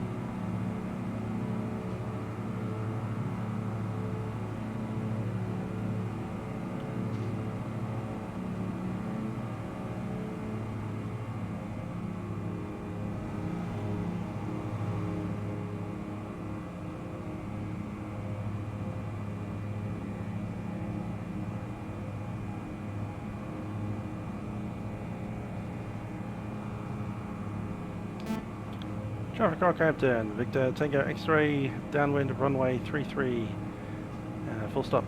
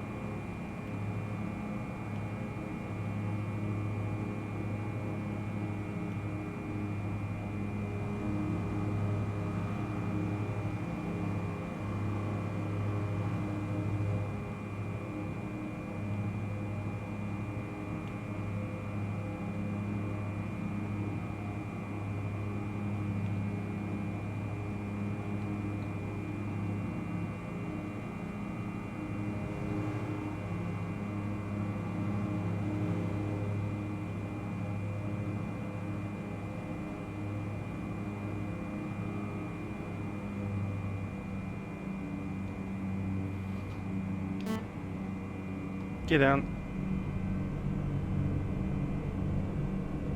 3 great. Truck Rockhampton, Victor Tango X-ray, turning base runway 33. Brakes are released, undercarriage is down, mixture doesn't fly. Pumps are on, C10 house are secure.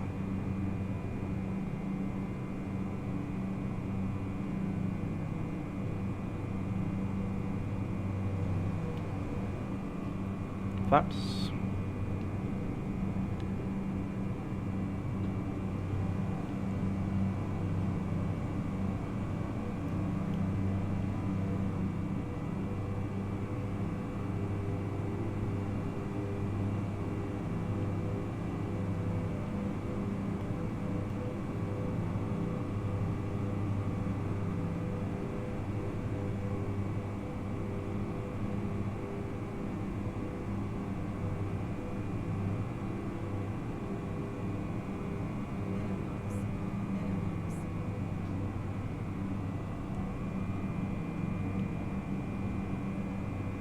There's the approach flap.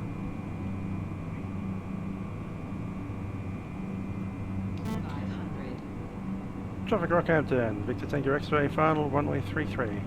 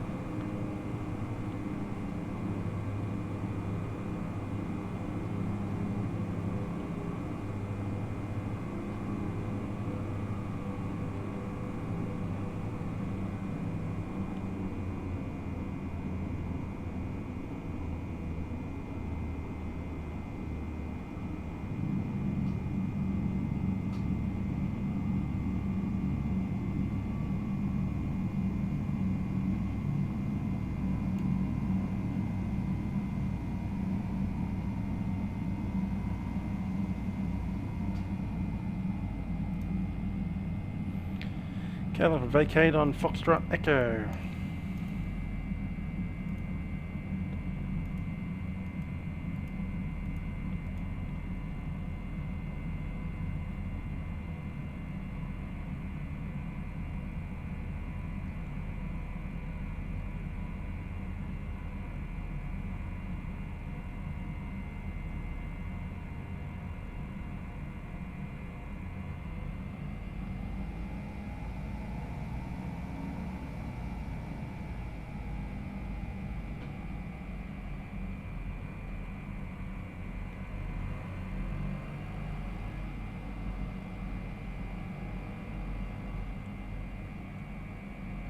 Did I miss the taxiway? I did. Darn, I also had that one. Traffic Rockhampton, Victor Tango X-ray doing a short backtrack to vacate on Foxtrot.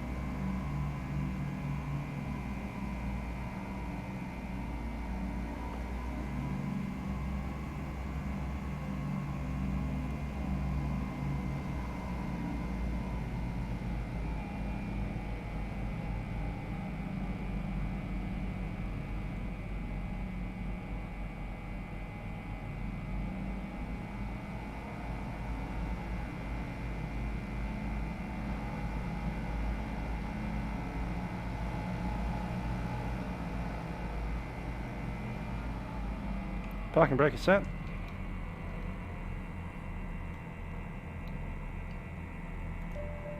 Pilot heat is off.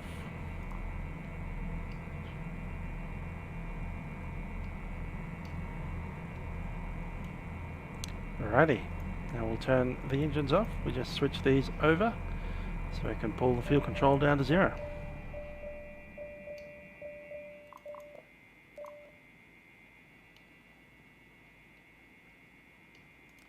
Pumps off. Master switch is off.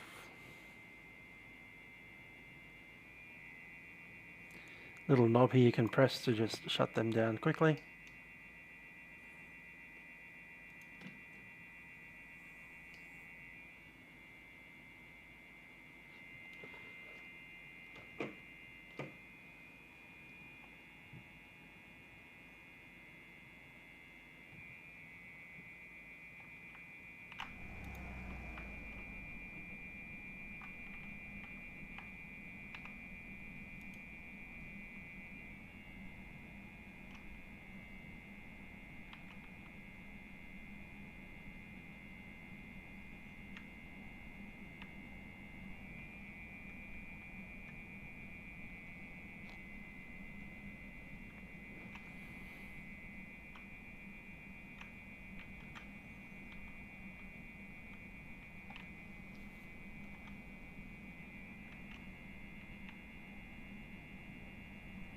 Cool.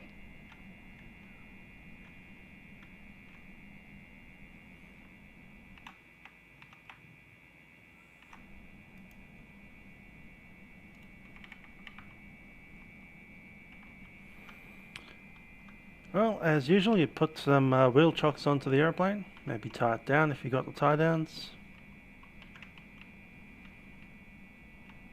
Can't physically put the animated tie downs on the airplane like you can on A2A.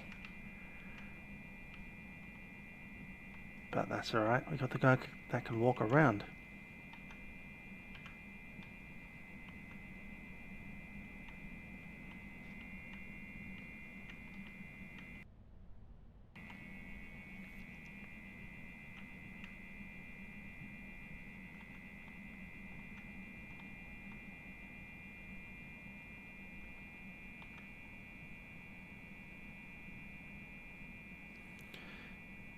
Hang over to the old Rockhampton Aero Club.